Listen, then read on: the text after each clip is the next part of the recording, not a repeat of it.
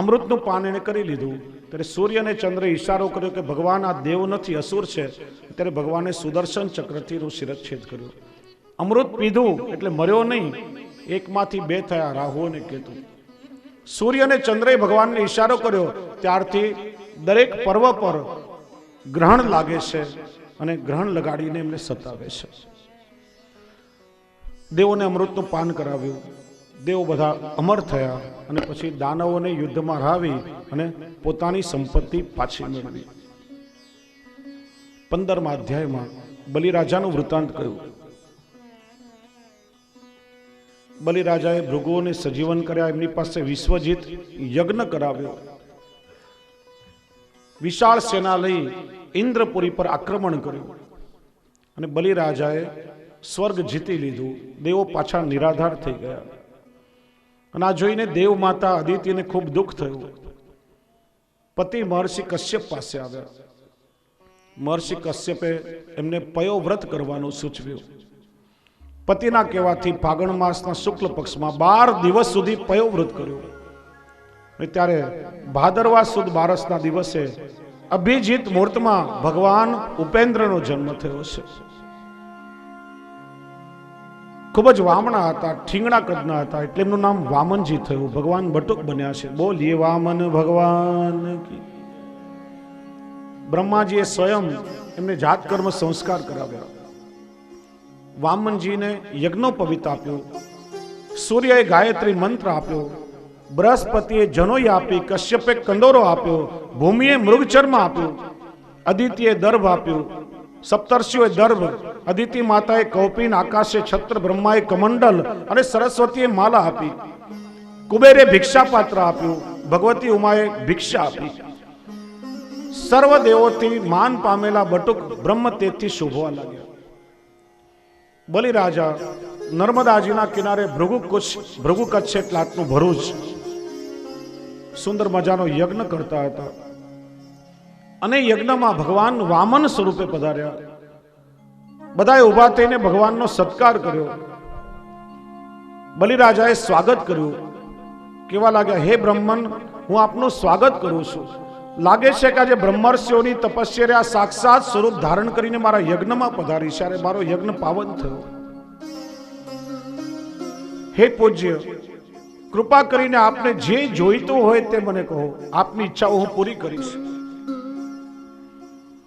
ત્યારે ભગવાન વામનજીએ કહ્યું, રાજન, મારી બીજી કોઈ ઈચ્છા નથી. તારે મને દેવું હોય તો મારા ચરણના માપના 3 પગલા ભૂમિ તું મને દાનમાં આપ. બલિરાજા કેવા લાગ્યા? લાગો છો તો બહુ મોટા વિદ્વાન, પણ છો તો બાળક. 3 નગર માગ્યા હોત, 3 શહેર માગ્યા હોત તો પણ આપત. માગીને 3 પગલા ભૂમિ માગી કે ના, મને તો એટલું જ જોઈએ છે. લાગ્યો કોઈ સંતોષી બ્રાહ્મણ છે. દાન દેવા તૈયાર થયા. શુક્રાચાર્ય બહુ સમજાવ્યા. બલિરાજા, સંકલ્પ કરીશ નહીં. આ કોઈ સામાન્ય બ્રાહ્મણ નથી, આ તો ભગવાન વિષ્ણુ છે.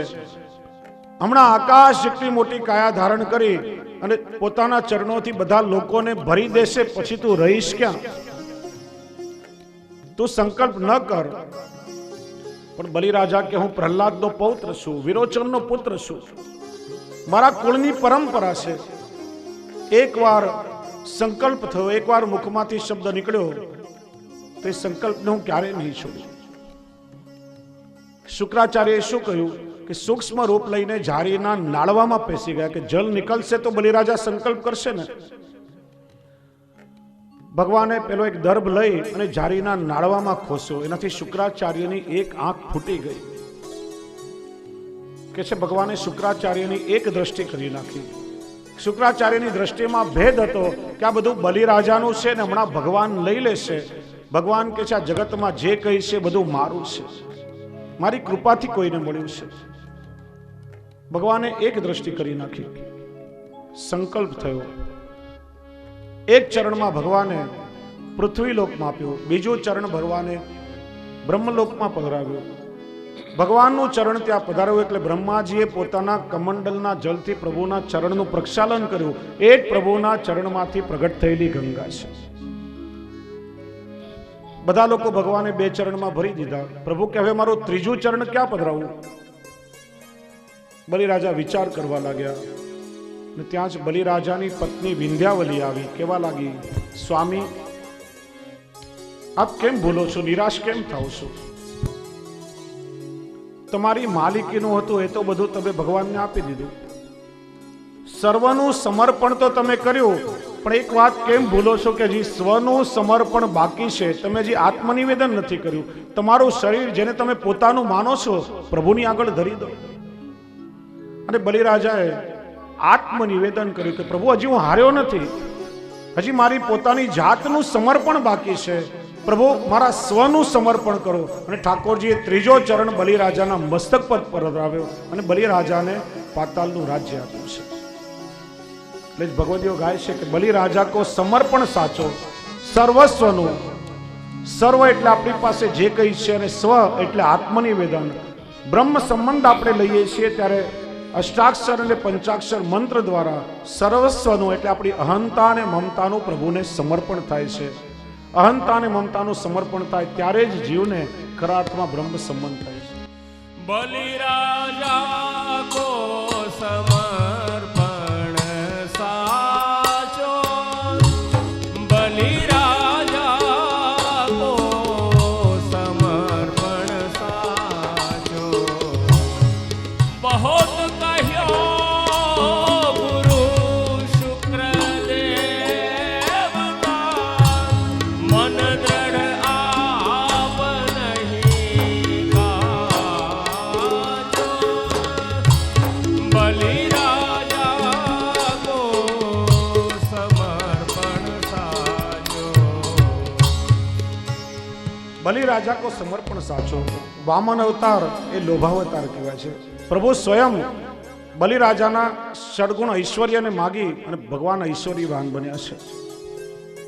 સામેથી બલિરાજા પાસે પ્રભુએ દાન માગ્યું છે વામનજીએ, ને વામનજી અહીંયા પધાર્યા છે ત્યારે કહેશે કે વામનજીના કમંડલમાં કંઈક પધરાવવું જોઈએ. અહીંયા પધારો ભગવાન, અહીંયા પધારો.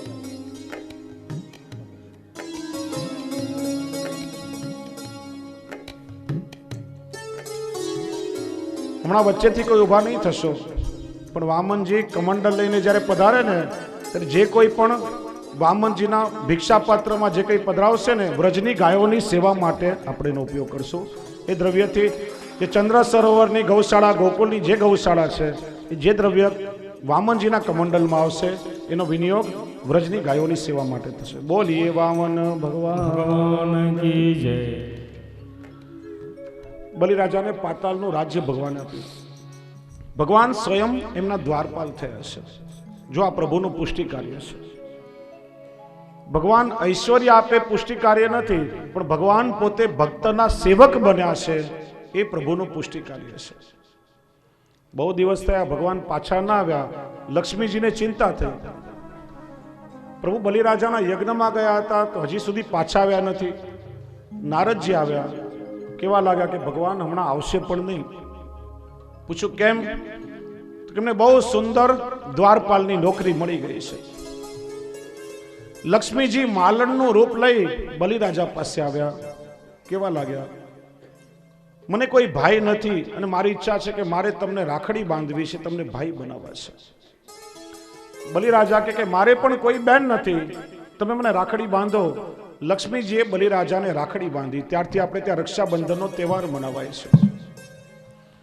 બલિરાજા કે બેન પાસે રાખડી એમને ના બંધાવાય, બદલામાં બેનને કંઈક દેવું જોઈએ.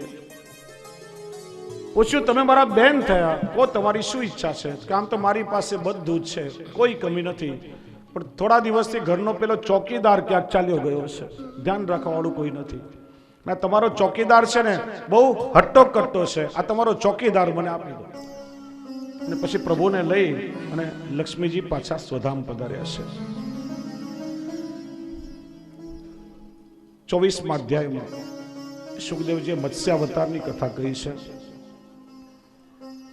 બ્રાહ્મ કલ્પના અંતમાં બ્રહ્માજીની રાત્રિ રૂપ નૈમિતિક પ્રલય થયો. એ વખતે બ્રહ્માજીના મુખમાંથી નીકળેલા વેદોને હયગ્રીવ નામનો રાક્ષસ ચોરી ગયો. અને હયગ્રીવની આ ચેષ્ટા જોઈ ભગવાને મત્સ્ય અવતાર ધારણ કર્યો. સત્યવ્રત નામના રાજર્ષિ કૃતમાલા નદીમાં તર્પણ કરતા હતા. કૃતમાલા એટલે સત્કર્મનો કિનારો અને સત્યવ્રત એટલે જેમના વિચારો અને જેમના કર્મમાં સત છે. તર્પણ કરતા હતા એ વખતે અંજલિમાં જલની સાથે એક નાનકડી માછલી આવી. માછલીને પાણીમાં પાછી છોડી દીધી. કરુણાથી પેલી માછલી કહેવા લાગી, રાજન મને એકલી ન છોડો, મને અહીંયા બહુ ભય લાગે છે. રાજાએ પેલી માછલીને લોટાના જલમાં મૂકી પોતાના ઘરે લાવી અને કમંડલમાં જલ ભરી પાત્રમાં મૂક્યું. સવારે જોયું તે પાત્ર કરતા માછલી મોટી થઈ ગઈ હતી. આ માછલી શું છે? માછલી એટલે આપણા મનની વૃત્તિઓ, અને મનની વૃત્તિઓને ક્યારે પણ સંતોષ હોતો નથી. એને દરેક પાત્રો હંમેશા નાના પડે છે. મોટા પાત્રમાં મૂકી તો બીજે દિવસે પાત્ર કરતા માછલી મોટી થઈ ગઈ. તળાવમાં મૂકી, તળાવથી મોટો આકાર થઈ ગયો. છેવટે રાજાએ પેલી માછલીને સમુદ્રમાં પધરાવી. મહામત્સ્યનું રૂપ થઈ ગયું. રાજા કેવા લાગ્યા, લાગે છે તમે કોઈ સામાન્ય મત્સ્ય નથી, તમે કોણ છો? લાગે છે તમે સ્વયં ભગવાન નારાયણનું સ્વરૂપ છો. અને આ રૂપ આપે શા માટે ધારણ કર્યો એ હું જાણવા ઈચ્છું છું. ત્યારે ભગવાને કહ્યું કે આજથી 7મા દિવસે પ્રલય શરૂ થશે. સ્વર્ગ, મૃત્યુ અને પાતાળ ત્રણેય લોક પ્રલયના સમુદ્રમાં ડૂબી જશે. ત્યારે તમારી પાસે મારા દ્વારા પ્રેરાયેલી એક નૌકા આવશે. એ વખતે જેટલી પણ ઔષધિ છે બધી ઔષધિના નાના મોટા અણુ બીજો લઈ સપ્તર્ષિઓની સાથે નૌકામાં તમે બેસી જજો. તમારી નાવ જ્યારે ડોલતી હશે ત્યારે મારા શિંગડા સાથે મહાનાગ વડે નાવને તમે બાંધી દેજો. જ્યાં સુધી પ્રલય ચાલશે ત્યાં સુધી તમારી નાવને હું ફેરવીશ. 7મે દિવસે પ્રલય શરૂ થયો. નૌકા આવી, બધા ઔષધિ બીજોને સપ્તર્ષિ સાથે રાજા નાવમાં બેઠા. ભગવાન મત્સ્ય સ્વરૂપે પધાર્યા. 1,00,000 યોજન જેટલા મત્સ્યનો વિસ્તાર ભગવાને ધારણ કર્યો છે. મહાનાગની સાથે એ માછલીના શિંગડા સાથે નાવને બાંધી પ્રલય કાળ ચાલ્યો. ત્યાં સુધી ભગવાન પેલી નૌકાને ફેરવતા રહ્યા છે અને બ્રહ્મ જ્ઞાનનો ઉપદેશ રાજાને આપ્યો છે. અને એ જ રાજા, સત્યવ્રત રાજા, આ કલ્પના વૈવસ્વત મનુ થયા છે. 8મા સ્કંદને વંદન કરી હવે આપણે 9મા સ્કંદમાં પ્રવેશ કરીએ. 9મો સ્કંદ ઈશાનું કથા લીલા. ઈશાનું કથા લીલા એટલે પ્રભુના પ્રિય ભક્તોની કથા. ભગવાને પોતાના મુખથી ભક્તોની કથા કહી છે. જો प्रश्न था कि भगवान की कथा आपने सांभळीए, प्रभु की कथाओं का हम श्रवण करते हैं, लेकिन भक्तों की कथा क्यों, प्रभु के भक्तों की कथा किस लिए श्रवण करनी चाहिए? प्रभु की कथा जब हम श्रवण करते हैं तो प्रभु का महात्म्य ज्ञान होता है, स्वरूप ज्ञान होता है, लीलाओं का ज्ञान होता है, लेकिन भक्तों के चरित्र क्यों श्रवण करने चाहिए? प्राय आप देखिए हर संप्रदाय में सत्संग के क्रम में भक्तों के चरित्र सबसे पहले पढ़े जाते हैं। हमारे पुष्टि मार्ग में भी सत्संग के क्रम में 84,252 भगवदियों की वार्ता हम प्रथम पढ़ते हैं। जितना आवश्यक प्रभु की कथा को श्रवण करना है, उससे ज्यादा आवश्यक भक्तों की कथा को श्रवण करना चाहिए। प्रभु के इन भक्तों की कथा को जब हम श्रवण करते हैं तब हमें पता चलता है कि ये भक्त कैसे थे, इनका जीवन कैसा था, इनका चरित्र कैसा था, किस प्रकार से इनको प्रभु की प्राप्ति हुई और अपने में क्या कमी है, આપણામાં શું ખામી છે, પોતાની ક્ષતિ જાણવાનું બીજો કોઈ સાધન નથી। આ ભક્તોના ચરિત્ર જ્યારે શ્રવણ કરીએ ત્યારે ખબર પડે પ્રભુનો અનુભવ એમને કેમ થતો હતો અને આપણે ક્યાં ઊભા છીએ। અને સ્વયં ભગવાને પોતાના મુખથી ભક્તોના ચરિત્ર કહ્યા છે। ઈશાનું કથા લીલા મર્યાદામાં અર્થ થાય। ઈશ એટલે પ્રભુ, અનુ એટલે અનુસરણ, પ્રભુના માર્ગે ચાલનારા પ્રભુના ભક્તો। પણ શ્રી મહાપ્રભુજી ઈશાનું કથાનો બહુ સુંદર પુષ્ટિ અર્થ બતાવે છે। ઈશ એટલે પ્રભુ, અનુ એટલે પાછળ પાછળ, જે ભક્તોની પાછળ પાછળ સ્વયં પ્રભુ ફરે છે એવા પ્રભુના પ્રેમી ભક્તોની કથા. ભક્ત વિરહ કાતર કરુણામય ડોલત પાછે લાગે, માઈ મેરો શામ લગ્યો સંગ ડોલે. શ્રી મહાપ્રભુજી કહે છે, પરાધીના તો મર્યાદા સ્વાધીના પુષ્ટિ નોચ્યતે. મર્યાદા ભક્ત પરાધીન છે, પુષ્ટિ ભક્ત સ્વાધીન છે. સ્વયં ભક્તના આધીન ભગવાન છે. અને એવા ભક્તોની કથા સ્વયં પ્રભુ પોતાના મુખથી કહે છે. ચોથા અધ્યાયમાં અંબરીશ રાજાની કથા કહી. અંબરીશો મહાભાગ સપ્તદ્વીપવતી મહિમ. મહાભાગ્યશાળી અંબરીશ રાજા 7 દ્વીપોના સ્વામી હતા. સુખદેવજી 4 શ્લોકમાં વર્ણન કરે છે. પોતાની વાણી પ્રભુના ગુણગાનમાં, પોતાના હાથનો વિનિયોગ પ્રભુના મંદિરને સ્વચ્છ કરવામાં, કાનનો વિનિયોગ પ્રભુની કથાનું શ્રવણ કરવામાં, આંખનો ઉપયોગ પ્રભુના દર્શન કરવામાં, અંગ સંગ પ્રભુના ભક્તોની સાથે હતો, નાકનો ઉપયોગ પ્રભુના ચરણની પ્રસાદી તુલસીની સુગંધ લેવામાં અને જીભનો ઉપયોગ પ્રભુનો મહાપ્રસાદ લેવામાં કરતા. પગનો ઉપયોગ તીર્થયાત્રાઓ માટે અને મસ્તકનો ઉપયોગ પ્રભુના ચરણને નમન કરવામાં કરતા. એમની એકમાત્ર ભાવના પ્રભુના દાસત્વની હતી. એક વખત 1 વર્ષ માટે એમણે દ્વાદશી વ્રત કર્યું. કાર્તક માસમાં વ્રતની સમાપ્તિમાં 3 દિવસ સુધી ઉપવાસ કરી વ્રતના પારણાની તૈયારી કરી રહ્યા હતા. એ વખતે દુર્વાસા ઋષિ ત્યાં આવ્યા. બ્રાહ્મણ ભોજન માટે ઋષિને વિનંતી કરી. દુર્વાસા ઋષિ યમુનાજીમાં સ્નાન કરવા ગયા. ત્યાં બ્રહ્મ ધ્યાનમાં લીન થયા. દ્વાદશી માત્ર 1 ઘડી બાકી હતી. દ્વાદશીના દિવસે જો પારણા ન કરે તો વ્રત પૂરું ન થાય. અને બ્રાહ્મણ ભોજન કરતા પેલા ભોજન કરી લે તો અપરાધ લાગે. કરવું શું? વિદ્વાનોએ માર્ગ બતાવ્યો. તમે કેવલ જલ ગ્રહણ કરો. જલ એ અન્ન પણ કહેવાય છે. પારણા પણ થઈ જશે અને બ્રાહ્મણ ભોજન કરતા પેલા ભોજન કરવાનો દોષ પણ નહીં લાગે. રાજાએ કેવલ જલ ગ્રહણ કરીને પારણા કર્યા. દુર્વાસા ઋષિ આવ્યા તો ક્રોધાવતાર. રાજાએ જલપાન કર્યું એ જાણ્યું, ક્રોધ આવ્યો. પોતાની જટા જમીન ઉપર પછાડીને એમની જટામાંથી કાળ સમી કૃત્યા ઉત્પન્ન થઈ. ને સમયે ભગવાને સુદર્શન ચક્ર છોડ્યું. કૃત્યા સુદર્શન ચક્રમાં વિલીન થઈ અને એ સુદર્શન ચક્ર દુર્વાસા ઋષિની પાછળ પડ્યું. દુર્વાસા ઋષિ ભાગતા ભાગતા ભગવાનના શરણમાં આવ્યા. પ્રભુ, આપના સુદર્શન ચક્રથી મારી રક્ષા કરો. ત્યારે ભગવાને બહુ સુંદર વાત કહી. અહમ ભક્ત પરાધીનો ય સ્વતંત્ર ઇવ દ્વિજ સાધો ભીરગ્રસ્ત હૃદયો ભક્તૈર ભક્ત જનપ્રિય. હું મારા ભક્તોને આધીન છું, હું સ્વતંત્ર નથી.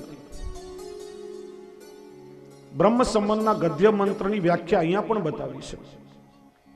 યે દારાગાર પુત્રાપ્તાન પ્રાણાન વિત્તમિમં પરમ હિત્વા મામ શરણમ યાતા કથમ સ્થાન સ્યક્તુમ મુત્સહે. જે મારા ભક્તો પોતાની સ્ત્રી, પુત્ર, પોતાની ધન સંપત્તિ, પોતાનું સર્વસ્વ મારા ચરણોમાં સમર્પિત કરી જે મારા ચરણનો આશ્રય કરે છે એવા ભક્તોનો ત્યાગ હું ક્યારે પણ કરતો નથી.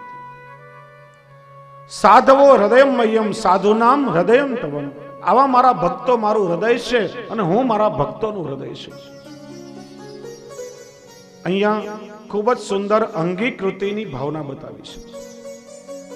જો પુષ્ટિ માર્ગમાં આપણે ત્યાં એક બહુ સુંદર શબ્દ છે. ઠાકોરજીની સન્મુખ આપણે કોઈ વસ્તુ ધરીએ તો ભગવાન કેવલ એનો સ્વીકાર કરતા નથી પણ પ્રભુ એનો અંગીકાર કરે છે. ઠાકોરજી સ્વયં એને પોતાના અંગ રૂપ બનાવી લે છે. અને ઠાકોરજી જે વસ્તુનો અંગીકાર કરે એ સ્વયં ભગવદ રૂપ બની જાય છે.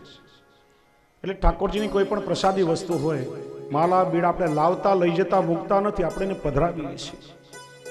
પ્રભુએ સ્વયં એને અંગીકાર કર્યું છે, ભગવદ રૂપ છે. બીજા થોડા પ્રોટોકોલ સમજાવું. ઠાકોરજીને ધરાવેલી પ્રસાદી માળા જ્યારે વિસર્જન કરવાની હોય ને, સીધે સીધી ના પધરાવાય, નાકથી પેલા સૂંઘવું જોઈએ. ઠાકોરજી અંગીકાર કર્યું છે, સ્વયં ભગવદ રૂપ છે. સીધે સીધી બહાર ફેંકે ને તો અપરાધ લાગે. નાકથી સૂંઘીએ ત્યારે એમાં રહેલું ભગવત સ્વરૂપ શ્વાસ દ્વારા આપણી અંદર અંતરિત થઈ જાય તો પછી પધરાવાનો અપરાધ ના લાગે. ઠાકોરજીના ચરણારવિંદમાં સમર્પિત થયેલી પ્રસાદી તુલસી અથવા તો જ્યારે ભોગ ધરીએ ત્યારે સાણેલો જે કોર હોય એ પહેલો ગ્રાસ મોઢામાં મૂકતા પહેલા નાકથી સૂંઘીએ. એમાં રહેલું ભગવત સ્વરૂપ શ્વાસ દ્વારા અંતરિત થાય તો પછી દાંતથી કચરવાનો અપરાધ ના લાગે. આપણે ત્યાં ઘણા વૈષ્ણવમાં એક બહુ ખોટી માન્યતા ઘૂસી ગઈ છે કે સાણેલો કોર વૈષ્ણવથી ના લેવાય, ગૌગ્રાસમાં દઈ દેવો જોઈએ. ક્યાં એવું લખ્યું છે? કોણે એવું કહ્યું? આ પદ્ધતિ ક્યાંની છે તમને સમજાવું. પોતાના માથે બિરાજતા ઠાકોરજીનો સાણેલો કોર એ તો આપણા માટે સૌથી શ્રેષ્ઠ અધરામૃત છે. સૌથી પ્રથમ એ ગ્રહણ કરવું જોઈએ. અમારે ત્યાં વલ્લભકુલ આચાર્યોને ત્યાં ક્રમ છે કે ઠાકોરજીનો સાણેલો કોર વલ્લભકુલના આચાર્ય બાળકો પોતે લઈ લે મહાપ્રસાદ, ત્યાર પછી અધરામૃત ભલે વૈષ્ણવને મળે. પણ વલ્લભકુલના આચાર્યશ્રીઓ ક્યાંય બહારગામ પધાર્યા હોય એ વખતે ત્યાં ન બિરાજતા હોય તો પછી એ સાણેલો કોર સીધો ગૌગ્રાસમાં જાય, સીધો વૈષ્ણવને ના મળે. એમ તમારા માટે બિરાજતા જે સેવ્ય સ્વરૂપ છે એનો સાણેલો કોર એ તો તમારા માટે પ્રભુનું સૌથી શ્રેષ્ઠ અધરામૃત છે. સૌથી પ્રથમ એને ગ્રહણ કરવું જોઈએ. ઠાકોરજી અંગીકાર કર્યું છે, સ્વયં ભગવત રૂપ છે. એટલે જ ઠાકોરજીના ધરેલા વસ્ત્ર, ચરણમાં ધરેલા મોજાજી ભગવદ સ્વરૂપ સેવાના અભાવમાં આપણે ત્યાં આ વસ્ત્રની સેવા કરવાનો પણ પ્રકાર છે. પ્રભુએ અંગીકાર કરેલા વસ્ત્રો સ્વયં ભગવદ રૂપ છે અને સ્વરૂપ સેવાના અભાવમાં કેટલાય વૈષ્ણવ વસ્ત્રની સેવા કરે છે. 252 વૈષ્ણવની વાર્તામાં પ્રસંગ છે. પ્રેમજી લોહાણા હાલારના વૈષ્ણવને સંઘની સાથે વ્રજયાત્રા કરવા આવ્યા. ગોકુળમાં આવ્યા. શ્રી ગુસાઈજી પાસે બ્રહ્મસમન લીધું. વ્રજ યાત્રા કરી પાછા ગોકુળ દંડવત કરવા આવ્યા. વિનંતી કરી, કૃપાનાથ, હું લૌકિક જીવ છું, મને કોઈ સાધારણ સેવા પધરાવી આપો. શ્રી ગુસાઈજીએ શ્રી નવનીત પ્રિયાજીના પ્રસાદી વસ્ત્ર પધરાવી આપ્યા અને આજ્ઞા કરી, આ સાધારણ પણ છે અને અસાધારણ પણ છે. પેલા પ્રેમજી લોહાણા ભાવથી વસ્ત્રની સેવા કરે. એમનો ક્રમ કે બપોરે ઠાકોરજીને અનુસર કરાવી બીજા ભગવદીય વૈષ્ણવોને ત્યાં સત્સંગ કરવા જાય. ઘણી વખત અનુભવ થાય કે વૈષ્ણવના માથે બિરાજતા સ્વરૂપ એ વૈષ્ણવને ત્યાં ખેલે છે, માખણ મિશ્રી માગીને રોગે છે, સાનુભાવ જતાવે છે. મનમાં પ્રશ્ન થયો, મારા માથે તો સાધારણ સેવા બિરાજે છે, પણ મારા ગુરુએ કહ્યું હતું કે સાધારણ પણ છે, અસાધારણ પણ છે. મર્મ સમજ્યા નહીં. જ્યાં લીલા મેવાની સામગ્રી સિદ્ધ કરી ઉત્થાપન કરવા માટે આવ્યા, આવીને જોયું તો વસ્ત્રના જેટલા તંતુઓ હતા એટલા ભગવત સ્વરૂપો ત્યાં રમી રહ્યા હતા, ખેલી રહ્યા હતા. એ રીતે ઠાકોરજી એમના મનનો સંશય દૂર કર્યો. ઠાકોરજી જેને અંગીકાર કરે છે એ ભગવદ રૂપ બને છે, ભગવદ અંગરૂપ બની જાય છે. અહીંયા ઠાકોરજી બહુ સુંદર વાત કહે છે કે મારા ભક્તો મારું હૃદય છે. હૃદયમાં છે એવું નથી કહ્યું. હૃદયમાં હોય ને તો હૃદયમાંથી બહાર કાઢી શકાય, પણ હૃદયને કાઢીને બહાર ના મૂકી શકાય.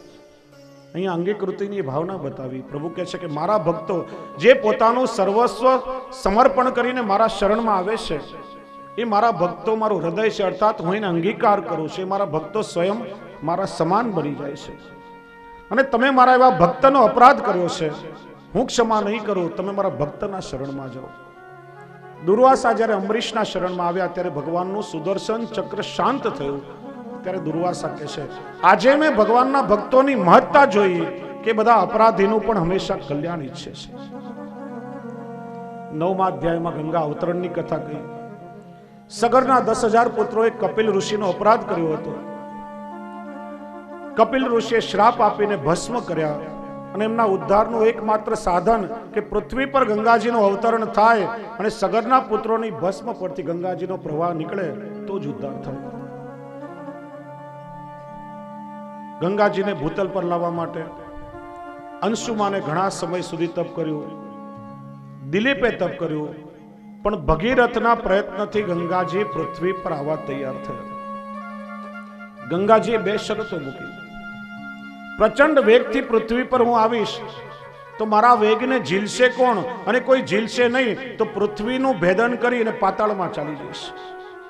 બીજું, મારું અવતરણ થશે તો કેટલાય પાપીઓ પોતાના પાપ ધોવા માટે મારામાં સ્નાન કરશે. મારું સત્વ મને પાછું કેવી રીતે મળશે? ગંગાજીને ઝીલવાનો પ્રસ્તાવ શિવજીએ સ્વીકાર્યો. ગંગાજીનું અવતરણ થયું ત્યારે શિવજીએ ગંગાજીને પોતાની જટામાં ઝીલી. એનું કારણ શિવજી પરમ વૈષ્ણવ ભક્ત છે. શિવજીના ઉપાસકો ભલે શૈવ કહેવાય, પણ વૈષ્ણવ આ નામ યથાસંભવ ભાગવતકાર કહે છે. શિવજી વૈષ્ણવમાં પણ પરમ વૈષ્ણવ ભક્ત છે. એટલા માટે પ્રભુના ચરણમાંથી પ્રગટ થયેલી ગંગાને મસ્તક પર ઝીલી છે અને પાછા પોતાના શરીરનો સ્પર્શ ન થાય એ રીતે એક લટ ખોલી અને ગંગાજીની એક ધારાને પ્રવાહિત કરી. આગળ આગળ ભગીરથનો રથ, પાછળ પાછળ ગંગાજીનો પ્રવાહ. જ્યાં સગરના પુત્રોની રાખ હતી ત્યાંથી ગંગાજીનો પ્રવાહ વહ્યો અને એ રીતે સગરના પુત્રોનો ઉદ્ધાર થયો છે. બીજો પ્રશ્ન હતો કે અનેક પાપીઓ મારામાં પાપ ધોશે તો મારું સત્વ મને કેવી રીતે મળશે? તો કહ્યું કે એવા ભગવદીય વૈષ્ણવો કે જેમના હૃદયમાં સ્વયં ઠાકોરજી બિરાજતા હોય, એવા વૈષ્ણવો જ્યારે આવીને તમારામાં સ્નાન કરશે તેમના હૃદયમાં બિરાજતા પ્રભુના સાથે સંસર્ગ થવાથી તમારું કલ્યાણ થશે, તમારું સત્વ તમને પાછું મળશે. એટલા માટે ભગવદીઓ છે ને એ હાલતા ચાલતા જંગમ તીર્થ કહેવાય છે. આ ભગવદીઓ તીર્થમાં સ્નાન કરે તો એ તીર્થના મહાત્મ્ય માટે નહીં, પણ તીર્થોને પાવન કરવા માટે ભગવદીઓ તીર્થમાં સ્નાન કરતા હોય છે. કારણ કે ભગવદીઓના હૃદયમાં પ્રભુ બિરાજે અને એ પ્રભુનો સંપર્ક તીર્થોને થાય ત્યારે તીર્થોની મલિનતા બધી દૂર થાય છે.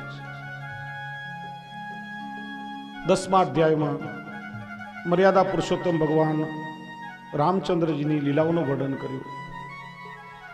ખટવાંગના પુત્ર દીર્ઘબાહુ મહારાજ દિલીપ થયા. દિલીપના રઘુ, જેમના પરથી રઘુ વંશ કહેવાયો, એમના પુત્ર અજના દશરથ, અને મહારાજ દશરથને ત્યાં સ્વયં પ્રભુએ અવતાર લીધો છે. અયોધ્યાવાસીઓએ આજે એકાદશીનું વ્રત કર્યું છે. બધા જ નગરવાસીઓના મનમાં એક જ મનોરથ છે.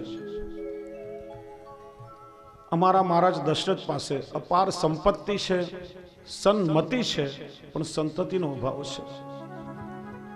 બધા જ અયોધ્યાવાસી એકાદશીનું વ્રત કરી એકાદશીનો જે સત્સંગ થઈ રહ્યો છે એનું ફળ મહારાજ દશરથને આપીએ કે મારા મહારાજ દશરથને ત્યાં પુત્રની કિલકારીઓ ગુંજે. અવધપતિ મહારાજ દશરથ કેવા છે?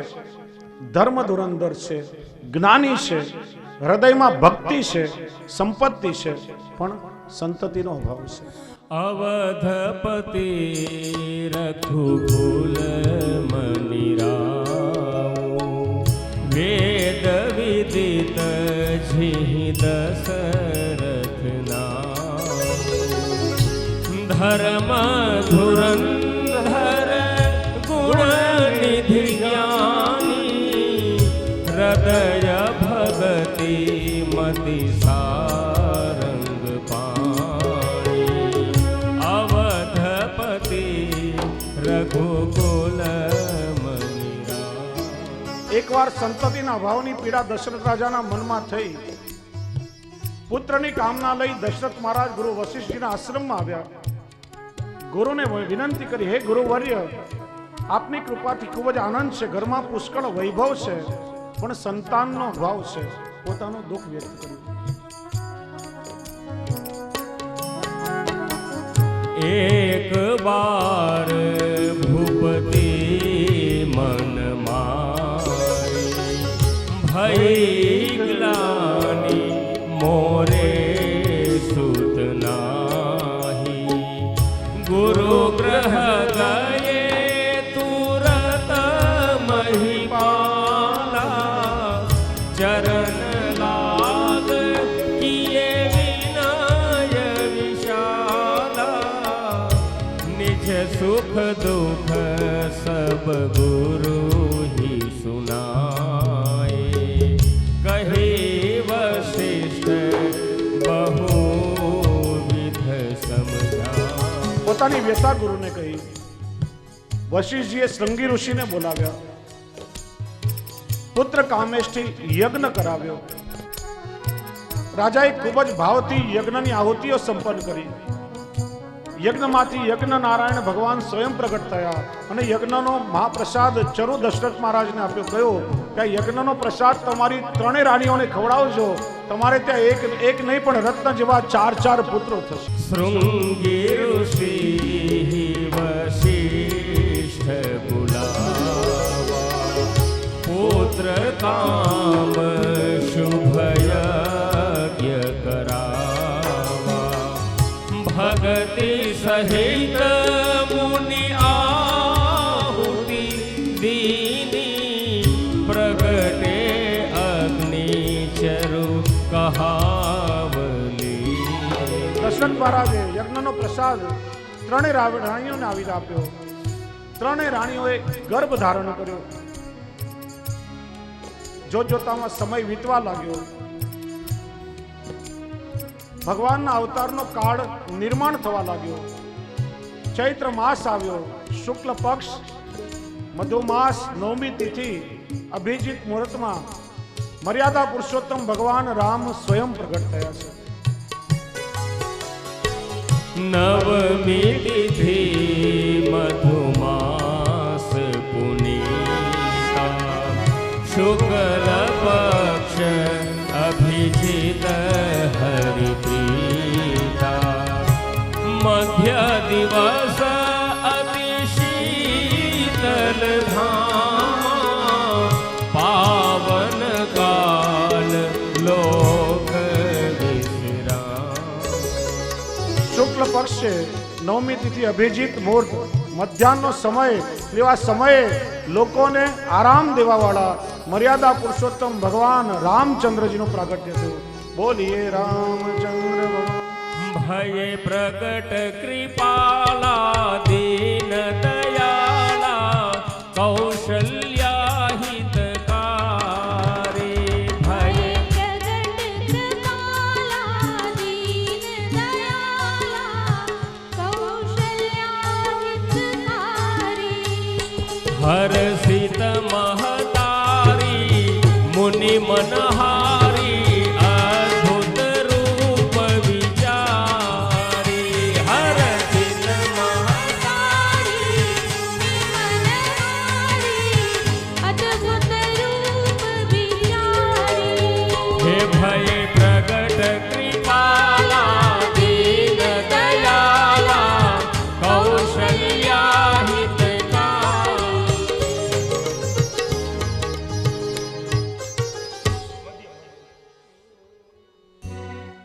અવધ में आनंद भयो जय रघुवर लाल की. આનંદ ભયો જય રઘુવર લાલ કી. अवध में आनंद भयो जय रघुवर लाल की. અવધ મેં આનંદ ભયો જય રઘુવર લાલ કી. जय रघुवर लाल की जय हो राजा राम की. જય રઘુવર લાલ કી જય હો રાજા રામ કી. हे जय रघुवर लाल की जय हो राजा राम की. જય રઘુવર લાલ કી જય હો રાજા રામ કી. अवध में आनंद भयो जय रघुवर लाल की. અવધ મેં આનંદ ભયો જય રઘુવર લાલ કી. અસલ હનુમાનજી છે. એમને જોઈને વ્રજના બીજા બધા ભેગા ન થઈ જાય. પાસે ખૂબ સુંદર. નિલેશભાઈ બહુ સુંદર ઝાંકી કરાવે. દશરથ મહારાજને ત્યાં 4 પુત્ર રત્નનું પ્રાગટ્ય થયું. મર્યાદા પુરુષોત્તમ ભગવાન રામ, લક્ષ્મણ, ભરત, શત્રુઘ્ન. માતા પિતાના ઉત્તમ સંસ્કારોનું સિંચન બાળપણથી થયું. ગુરુ વિશ્વામિત્રએ અસ્ત્ર શસ્ત્રનું જ્ઞાન આપ્યું. વિશ્વામિત્રના યજ્ઞમાં ઉત્પાત મચાવનાર અનેક રાક્ષસોને માર્યા. સીતાજીનો સ્વયંવર થઈ રહ્યો હતો, જેમાં શિવજીનું ધનુષ્ય એટલું ભારી કે એક સાથે 300 વીર પુરુષો ઉપાડીને લાવ્યા. જોતજોતમાં ભગવાને પ્રત્યંચા ચડાવી શિવજીના ધનુષ્યનો ભંગ કર્યો. સીતાજી સાથે ભગવાનના વિવાહ થયા છે. પાછા અયોધ્યા આવતી વખતે રસ્તામાં પરશુરામજી સાથે મિલાપ થયો. પરશુરામજી 21 વખત પૃથ્વીને ક્ષત્રિય વગરની બનાવી. પરશુરામજીના ગર્વને ભગવાને દૂર કર્યો. ત્યાર પછી પિતા દશરથે માતા કૈકેયીને આપેલા વચનને પૂરું કરવા માટે સ્વયં ભગવાને વનવાસનો સ્વીકાર કર્યો છે. જો વનવાસ ખાલી ભગવાન રામ માટે માગવામાં આવ્યો, સીતાજી કે લક્ષ્મણજી માટે નહીં. પણ સીતાજી કે રામ વગર સીતા ન રહી શકે. જ્યાં રામ હોય ત્યાં પાછળ પાછળ રામની સાથે સીતા હોય. જે કષ્ટ સુખ દુઃખ મારા પતિ ભોગવશે એ બધું હું પણ ભોગવીશ, કારણ કે આજની સીતા નહીં હતી. લક્ષ્મણજી કે જ્યાં મારા મોટા ભાઈની સાથે સાથે હું પણ ભાઈની સેવા કરીશ. વનવાસ સ્વીકાર્યો. રાક્ષસોને માર્યા, શૂર્પણખાને ક્રૂપ કરી, હરણનું રૂપ લઈને મારીચ આવ્યો, મારીચને માર્યો. રાવણે સીતાજીનું હરણ કર્યું. ભાઈ લક્ષ્મણ સાથે સીતાજીને શોધવા માટે વન વગડે વગડે ભગવાન ભટકવા લાગ્યા. સામાન્ય મનુષ્યના જેવી ભગવાન લીલા કરી રહ્યા છે. પત્નીના વિયોગમાં ભગવાન રુદન કરે છે. અને ભગવાને જગતને બોધ આપ્યો કે સ્ત્રીઓમાં જેની આસક્તિ હોય એ બધાની આ દશા થાય છે. જટાયુનો અગ્નિ સંસ્કાર કર્યો, કબંધનો સંહાર કર્યો. ભગવાને સુગ્રીવ સાથે મિત્રતા કરી, વાલીનો વધ કર્યો. વાનરોની સેના લઈ સેતુ બંધ બાંધ્યો, લંકા પર આક્રમણ કર્યું. લંકામાં જઈને રામની સેનાએ બહુ તોડફોડ કરી. કુંભકર્ણને માર્યો, મેઘનાદને માર્યો. સ્વયં રાવણ દિવ્ય રથમાં બેસીને યુદ્ધ કરવા માટે આવ્યો. ત્યારે ઇન્દ્રનો સારથી માતલી દિવ્ય રથ લઈને આવ્યો. ભગવાન રથમાં આરૂઢ થયા અને ભગવાને 10 બાણો મારી અને રાવણનો ઉદ્ધાર કર્યો છે. ત્યાર પછી વિભીષણને લંકાપુરીનું રાજ્ય 1 કલ્પનું આયુષ્ય આપ્યું. 14 વર્ષનું વ્રત પૂરું થયું. સુગ્રીવ, હનુમાનજી, સીતાજી આ બધાને પુષ્પક વિમાનમાં સાથે લઈ ભગવાને અયોધ્યા તરફ પ્રયાણ કર્યું. માર્ગમાં ભગવાનને ખબર પડી કે એમના વિયોગમાં એમના ભાઈ ભરતજી કેવલ ગૌમૂત્રમાં રાંધેલા જવની રાબ ખાય છે, વલકલ વસ્ત્ર પહેરે છે અને કુશ નામનું ઘાસ પાથરીને પોડે છે. ભગવાને જાણ્યું ત્યારે ભગવાન પણ દુઃખી થયા. ભગવાનના નેત્રોમાંથી અશ્રુ વહેવા લાગ્યા. ભરતજીને ખબર પડી મોટા ભાઈ રામ પધારી રહ્યા છે. પાદુકા મસ્તક પર ધારણ કરી સ્વયં પ્રભુનું સ્વાગત કરવા માટે પધાર્યા છે. ઘણા વર્ષો સુધી ભગવાન રામચંદ્રજીએ ધર્મ સંપન્ન રાજ્ય કર્યું છે. રામ રાજ્યનું વર્ણન કર્યું. દૈહિક દૈવિક ભૌતિક તાપા રામ રાજ્ય નર કબહુ વ્યાપા. પ્રજા આધિ વ્યાધિ ઉપાધિ ત્રણેય પ્રકારના દુઃખોથી મુક્ત હતી. સબ નર કરહુ પરસ્પર પ્રીતિ. બધા જ પ્રજાજનો એકબીજાને પ્રેમ કરતા હતા. આવું ધર્મ સંપન્ન રાજ્ય રામ રાજ્ય કહેવાય છે. આજે તો રામ રાજ્ય માત્ર કલ્પના રહી ગઈ. આપણે બધા રાવણ, કંસ અને પૂતનાઓના રાજ્યમાં જીવીએ છીએ. એનું કારણ રાજ્ય સત્તા ઉપર જ્યારે ધર્મની સત્તાનું વર્ચસ્વ આવે તો જ રામ રાજ્ય સ્થાપિત થઈ શકે. મહારાજ દશરથ સામાન્ય રાજવી નહીં હતા, ચક્રવર્તી સમ્રાટ હતા. એ જ્યારે સ્વર્ગમાં જાય ને તો ઇન્દ્ર પણ ધરતી પર ઉતરી અને મસ્તક દબાવે. છતાંય ઉપવનમાં જઈ પોતાના હાથે પુષ્પો ચૂંટી નંદીગ્રામ જઈ વશિષ્ઠ બાપજીના ચરણોનું પૂજન કરે. અને ગુરુ પૂજનને કારણે એમને ત્યાં રામનો જન્મ થયો. રાજ્ય સત્તાથી ઉપર ધર્મની સત્તા છે. રાજ્ય સત્તા ઉપર ધર્મનું વર્ચસ્વ હોય તો જ દેશમાં રામ રાજ્ય આવી શકે. રામચંદ્રજી મર્યાદા પુરુષોત્તમ છે. વેદની મર્યાદાઓનું પાલન કરવા માટે ભગવાને અવતાર ધારણ કર્યો છે. પણ પોતાના ભક્તોનો ઉદ્ધાર કરવા માટે ભગવાને કેટલી જગ્યાએ મર્યાદાનું અતિક્રમણ પણ કર્યું છે. અને ભક્તના ઉદ્ધાર માટે ભગવાન મર્યાદાઓ તોડે ત્યારે ભગવાનનું પુષ્ટિ કાર્ય કહેવાય છે. રામચંદ્રજીએ 4 પુષ્ટિ કાર્યો કર્યા. એટલે પુષ્ટિ માર્ગમાં રામનવમીનો ઉત્સવ પણ આપણે મનાવીએ છીએ. અહિલ્યાનો ઉદ્ધાર કર્યો. વેદની મર્યાદા છે. બ્રાહ્મણ કુળ સૌથી ઊંચું કહેવાય. અન્ય વર્ણોએ બ્રાહ્મણને પગનો સ્પર્શ ન કરાવાય, પણ બ્રાહ્મણના ચરણ સ્પર્શ કરાય. ગૌતમ ઋષિની પત્ની અહલ્યા શાપના કારણે પથ્થર બની હતી. ભગવાન ક્ષત્રિય કુલમાં પ્રગટ થયા અને છતાં પણ વેદની મર્યાદા તોડી, પાછું ભગવાનને એક પત્ની વ્રત હતું, બીજી સ્ત્રીનો સ્પર્શ ન થાય, છતાંય બધી મર્યાદાઓ તોડી અહિલ્યાને ચરણ સ્પર્શ કરાવી ભગવાને ઉદ્ધાર કર્યો છે. શબરીના હેઠા બોર ભગવાન આરોગ્યા છે. શબરી ભીલ જાતિની છે, છતાંય પ્રભુ ભક્તેચ્છા પૂરક છે. એના હેઠા બોર આરોગ્યા પ્રભુનું પુષ્ટિ કાર્ય થયું. જટાયુનો અગ્નિ સંસ્કાર કર્યો. પિતાનો અગ્નિ સંસ્કાર ભગવાને નથી કર્યો, પણ જટાયુને પિતાની ગતિ આપી ભગવાને સ્વયં અગ્નિ સંસ્કાર કર્યો. પ્રભુનું પુષ્ટિ કાર્ય થયું. રાજધર્મની મર્યાદા છે કે શત્રુના કોઈ વ્યક્તિ પર વિશ્વાસ ન મુકાય. વિભીષણ રાવણનો ભાઈ છે, પ્રભુના શરણમાં આવ્યો ત્યારે ભગવાને એને આશ્રય આપ્યો છે. આ ભગવાનનું પુષ્ટિ કાર્ય થયું. છેલ્લે કહે છે કે ભગવાન જ્યારે સ્વધામ પધાર્યા ત્યારે તમામ અયોધ્યાવાસીઓના કર્મના બંધનો કાપી ભગવાન પોતાની સાથે વિમાનમાં બધાને સ્વધામ લઈ ગયા છે. આ પુષ્ટિ કાર્ય ભગવાન રામચંદ્રજી કર્યું. નવમા સ્કંદને વંદન કરી જેની સૌ આપણે રાહ જોઈ રહ્યા છીએ, સીધા જ હવે પ્રભુના હૃદયમાં પ્રવેશ કરીએ. 10મો સ્કંદ શ્રીજી બાવાનું હૃદય સ્વરૂપ નિરોધ લીલા. કુલ 90 અધ્યાય, 5 પ્રકરણ, જન્મ, તામસ, રાજસ, સાત્વિક અને નિર્ગુણ. 10મા સ્કંદ એટલે નિરોધ લીલા. શ્રી મહાપ્રભુજી નિરોધ શબ્દને સમજાવે છે. પ્રપંચ વિસ્મૃતિ પૂર્વિકા ભગવદ આસક્તિ ઇતિ નિરોધ.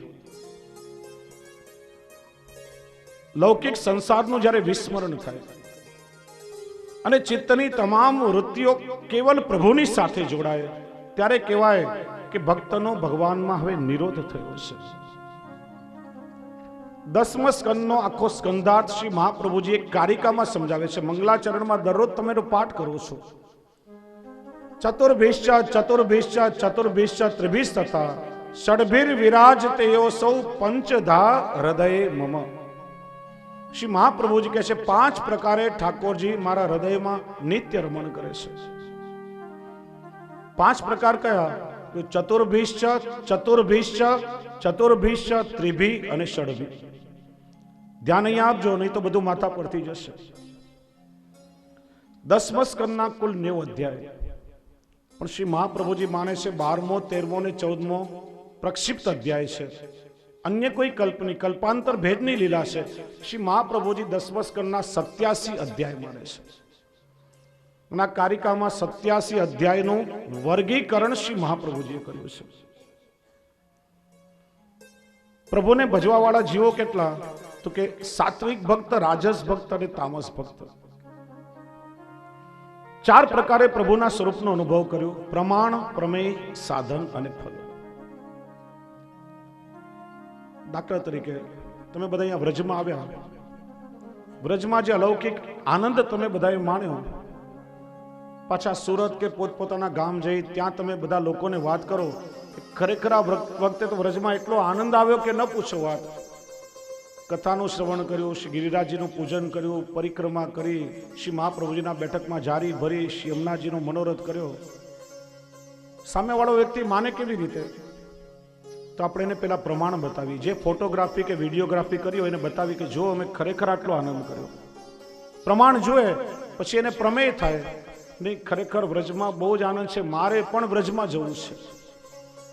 સાધન, પછી વ્રજમાં રહેવાની વ્યવસ્થા કરે, ટિકિટ બુક કરાવે, અહીંયા સુધી વ્રજમાં આવે, બધું સાધન. અને વ્રજમાં આવી એને પણ આ અલૌકિક આનંદનો અનુભવ થાય તો એ ફલ કહેવાય. તો પ્રમાણ, પ્રમેય, સાધન અને ફલ, 4 દ્વારા સાત્વિક, રાજસ અને તામસ ભક્તોએ પ્રભુના સ્વરૂપનો અનુભવ કર્યો. તો સૌથી પહેલું ચતુર્ભિશ્ય એટલે જન્મ પ્રકરણ, જેના 4 અધ્યાય.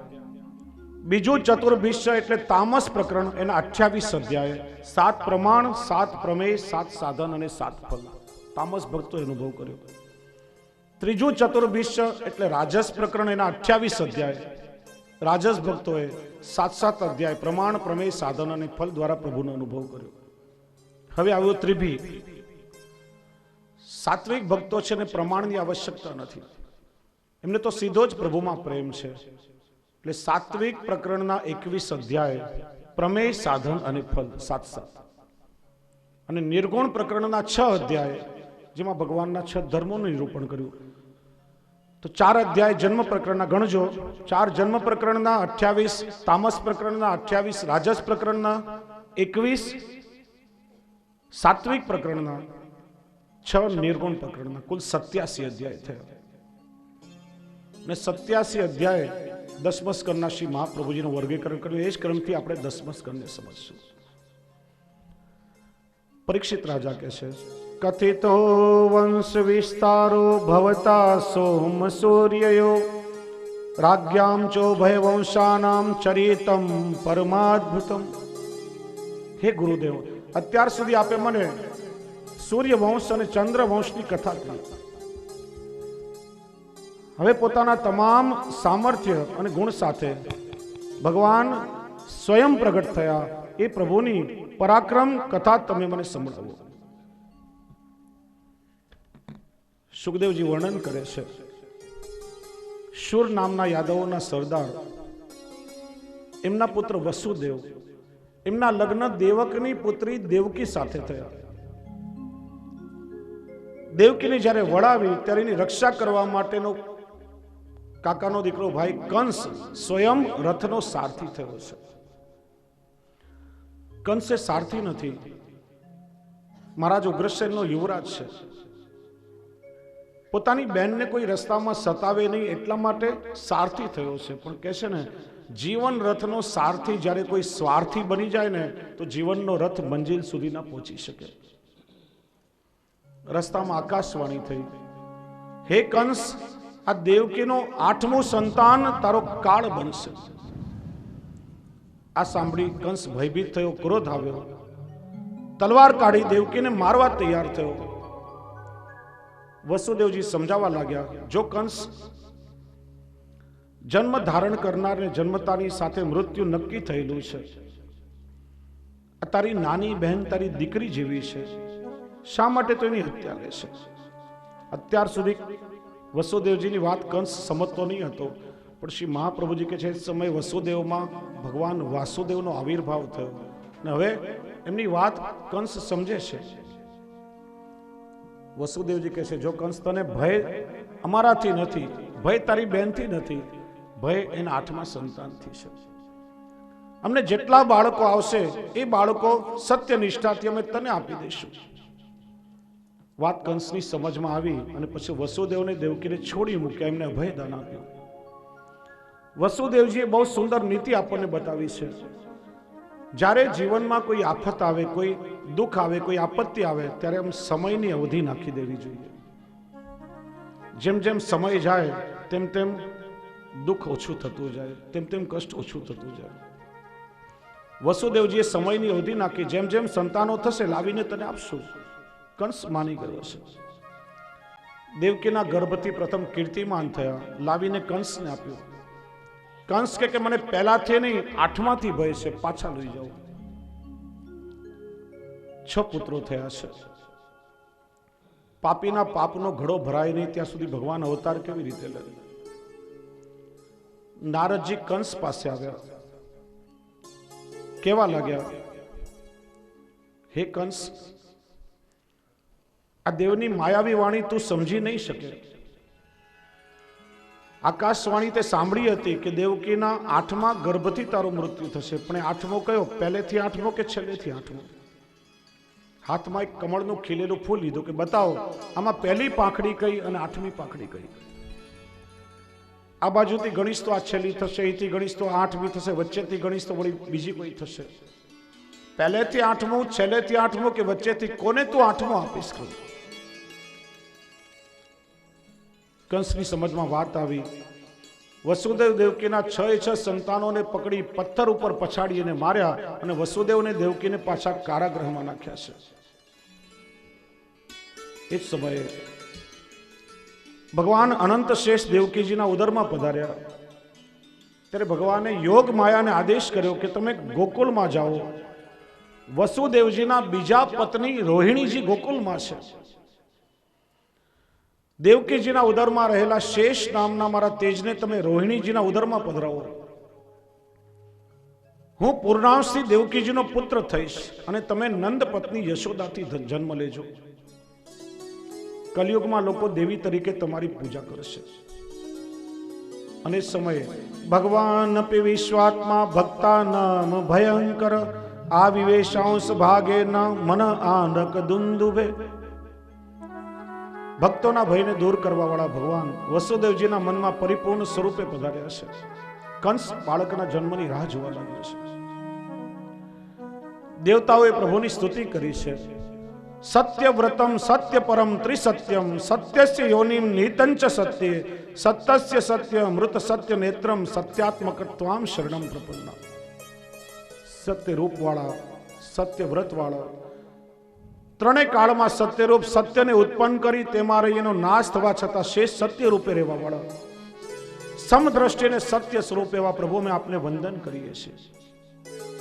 ભગવાનની સ્તુતિ કરી દેવતાઓ પાછા સ્વર્ગમાં ગયા. જ્યારે જ્યારે ભગવાનનો અવતાર થયો છે ત્યારે બ્રહ્માજી આદિ દેવોએ સ્તુતિ કરી છે. ભગવાને પધારવાની પૂરી તૈયારી કરી છે.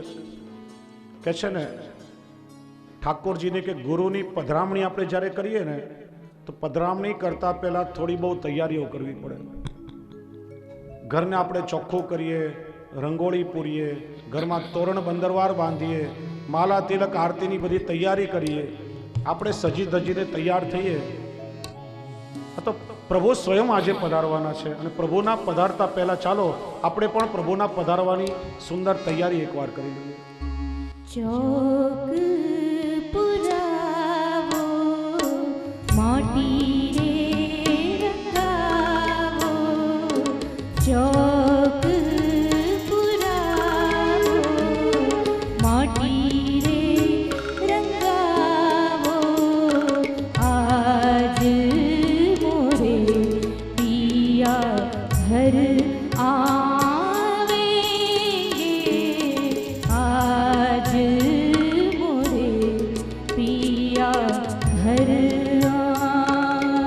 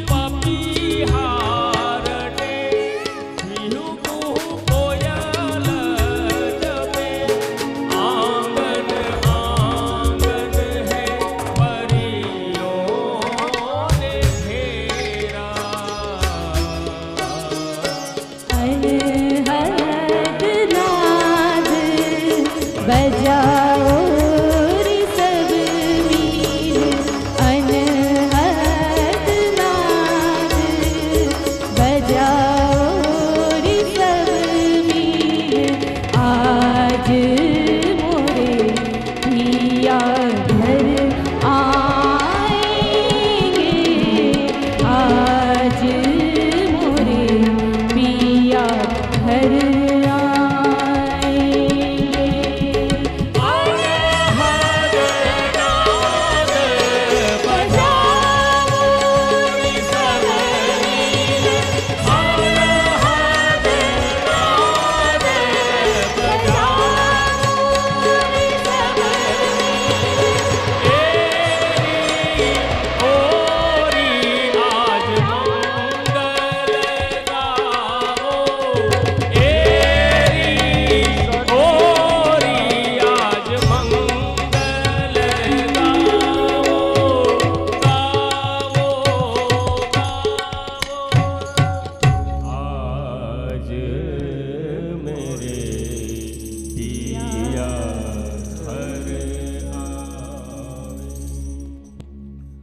ભગવાનની પધરામણીની તૈયારી બધાએ કરી લીધી. ભગવાનના પ્રાગટ્યનો કાળ નિર્મિત થવા લાગ્યો. જન્મ પ્રકરણમાં 8.5 શ્લોકમાં એનું વર્ણન છે. આપણે ત્યાં પુષ્ટિમાર્ગમાં પદ્ધતિ છે. જન્માષ્ટમીના રાત્રે ઠાકોરજીના પંચામૃત થાય. પંચામૃત પહેલા 3 વખત આ 8.5 શ્લોક ઠાકોરજીની સામે બોલવામાં આવે છે. અથ સર્વ ગુણોપેત કાલ પરમ શોભન યૈર્વા જન જન્મ રક્ષમ શાંત રક્ષ ગૃહતારકમ. ભગવાનના પ્રગટ થતા પહેલા પ્રકૃતિએ પણ માનો ઉત્સવ બનાવ્યો છે. સર્વ ગુણવાળો પરમ સુંદર કાળ આવ્યો. રોહિણી નક્ષત્ર, બધા જ ગ્રહ નક્ષત્રને તાળાઓ અનુકૂળ થયા. દિશાઓ સ્વચ્છ હતી. આકાશમાં નિર્મળ તારાઓ ઉદય થયા હતા. પૃથ્વી મંગળકારી થઈ. નદીના જળ સ્વચ્છ થયા. જળાશયોમાં સુંદર કમળ ખીલવા લાગ્યા. યમુનાજીમાં તરંગો ઉછળવા લાગી. યમુનાજીમાં સુંદર કમળ ખીલ્યા. માનો પોતાના પ્રિયતમના પધારવાની વધાઈથી યમુનાજીનું હૃદય કમળ ખીલ્યું હોય.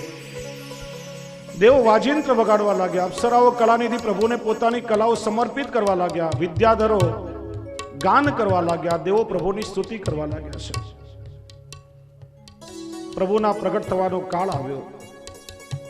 પ્રભુએ પધારવાની બધી તૈયારી પૂરી કરી લીધી. તો ચાલો સાથે મળી આપણે સૌ ઠાકોરજીનું સ્વાગત કરીએ. પ્રભુ પધારી રહ્યા છે અને આપણે સૌ પ્રભુનું સાથે મળીને સ્વાગત કરીએ. स्वागतम कृष्ण सभी भाव से कहिए साथ में मिलकर. सुस्वागतम कृष्ण स्वागतं कृष्ण सुस्वागतं कृष्ण स्वागतम सुस्वागतम शरणागतम कृष्ण स्वागतं सुस्वागतं शरणागतं कृष्ण स्वागतम कृष्ण सुस्वागतम कृष्ण स्वागतम कृष्ण सुस्वागतम कृष्ण. ભાષાએ પ્રભુને પધારવાની વિનંતી કરી તો હિન્દી ભાષા ઠાકોરજીને કહેવા લાગી, હું તો નેશનલ લેંગ્વેજ છું, રાષ્ટ્રીય ભાષા છું, મને સન્માન મળવું જોઈએ. હું નૃત્ય કરતા કરતા જાઉં અને મારે પણ પ્રભુને પધારવાની વિનંતી કરવી છે. હિન્દી ભાષા પ્રભુને પધારવાની વિનંતી કરે છે. सब ऋषि मुनि घबराए धरनी भी चैन न पाए सब ऋषि मुनि घबराए धरती भी चैन न पाए पापी उत्मात मचाए तुम बिन हमें कौन बचाए हो लागी लगन कहीं छूट न जाए हो लागी लगन कहीं छूट न जाए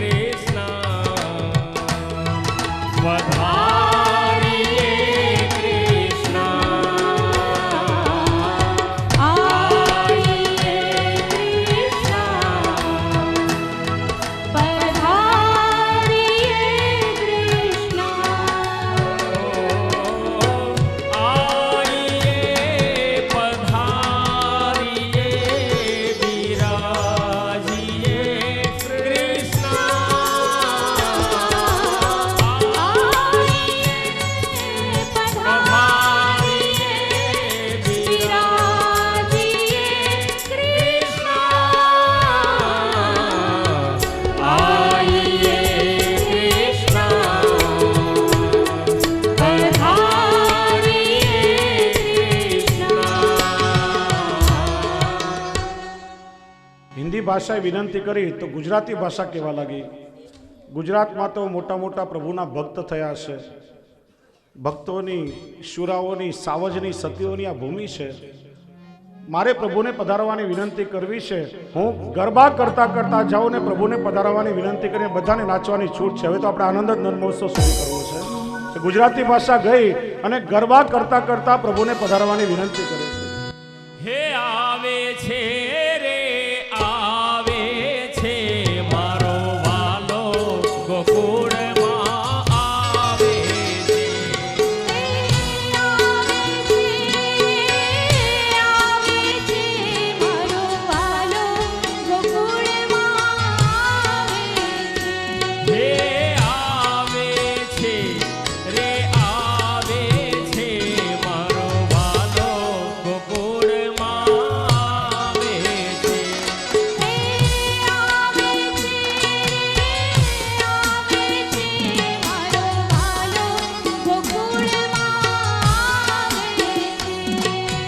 ઝરમર ઝરમર મેહુલો વરસે.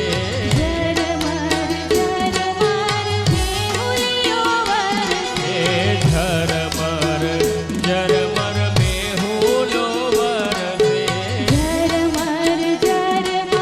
મેહુલો વરસે. મેઘ ગગન જો ગજાવે છે મારો વાલો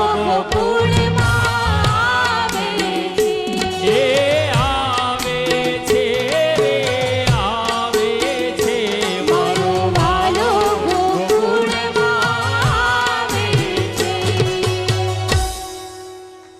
ગુજરાતી ભાષાએ વિનંતી કરી. અહીં બેસેલા બધા કહેવા લાગ્યા અમે તો કાઠિયાવાડી છે. અમારે કાઠિયાવાડી ગુજરાતી કરતાં થોડું જુદું. અમારે પ્રભુને પધારવાની વિનંતી કરી છે. આ બધા કાઠિયાવાડી ભાષા પ્રભુને વિનંતી કરી રહી છે.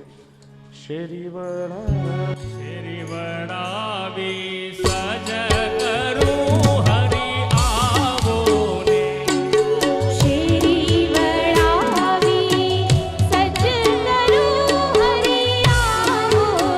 હે વાલા શેરી વડાવી સજ કરું હરી આવો ને.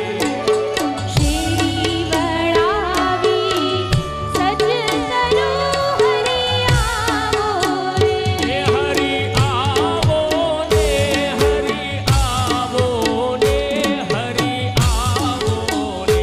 હા શેરી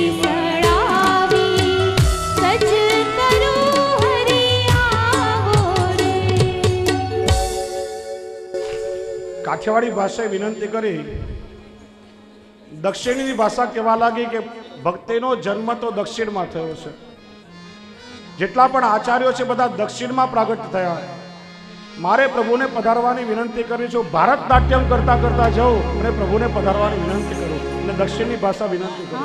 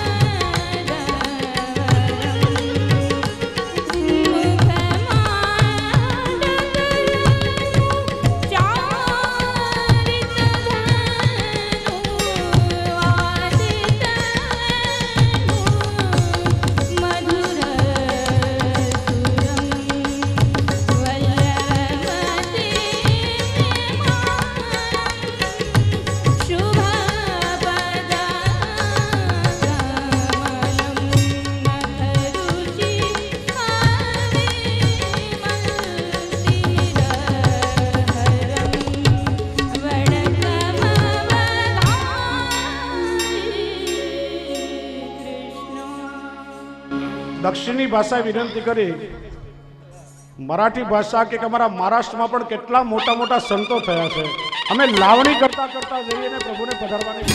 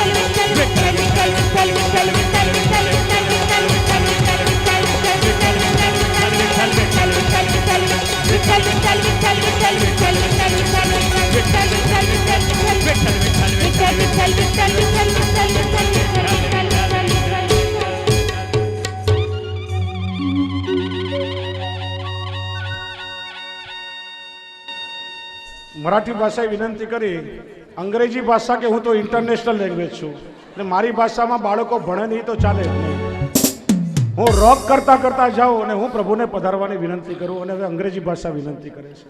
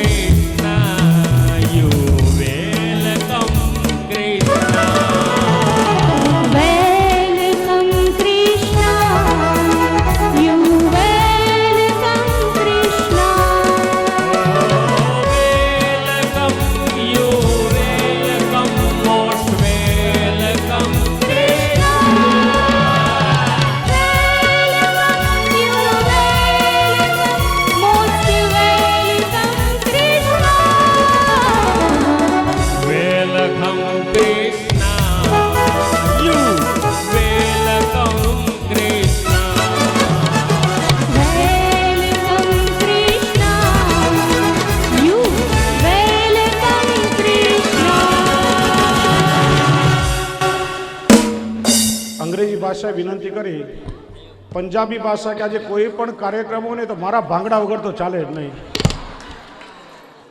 અમારામાં પણ મોટા મોટા ભક્તો છે. મારે ભાંગડા કરતા કરતા પ્રભુને પધારવાની વિનંતી કરવી છે અને પંજાબી ભાષા ભાંગડા કરીને પ્રભુને પધરાવે છે.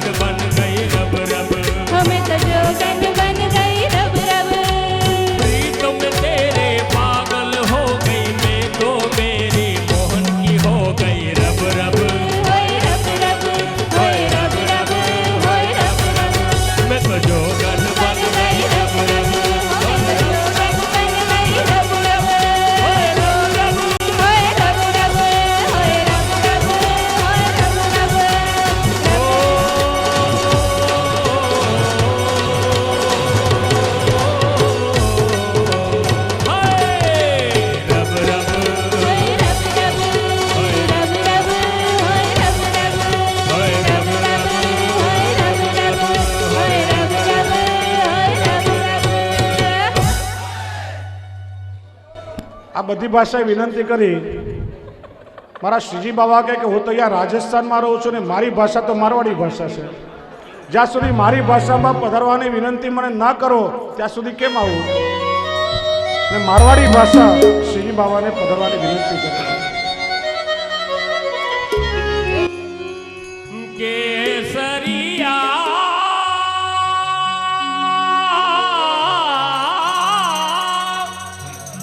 જય હો. આવો ને હે પધારો ને મારે દેશ દેશ રે પધારો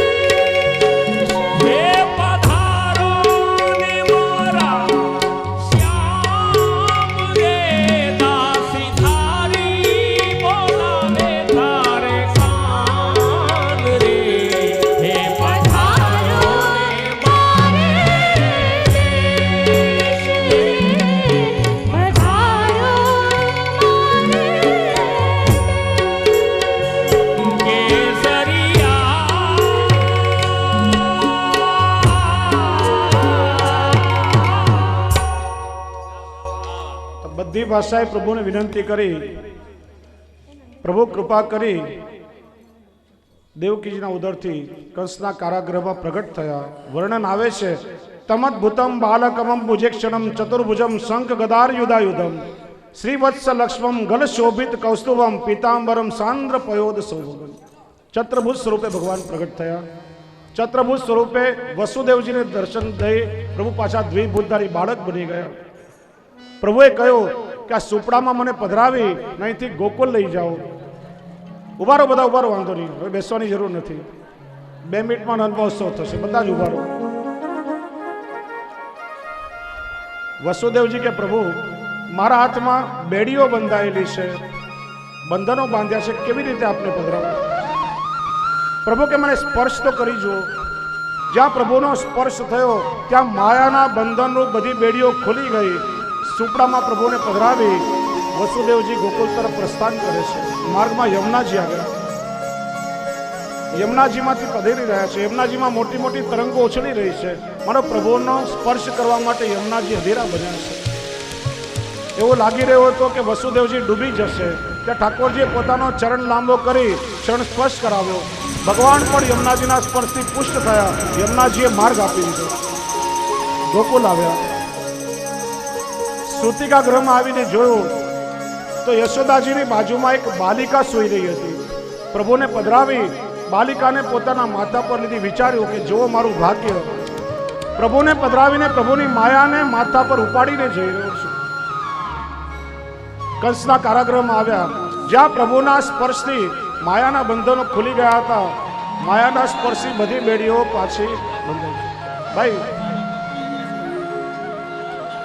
ભાઈ નંદમહોત્સવ નથી કરવા છે? ઈચ્છા નથી કોઈની?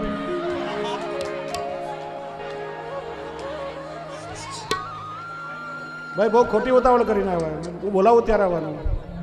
આ બધાને ઓળખવા જોઈએ, કારણ કે વચ્ચે બહુ ઘોંઘાટ કરે બધા. ચાલો તમે વાતો કરી લો, પછી ચાલુ કરું.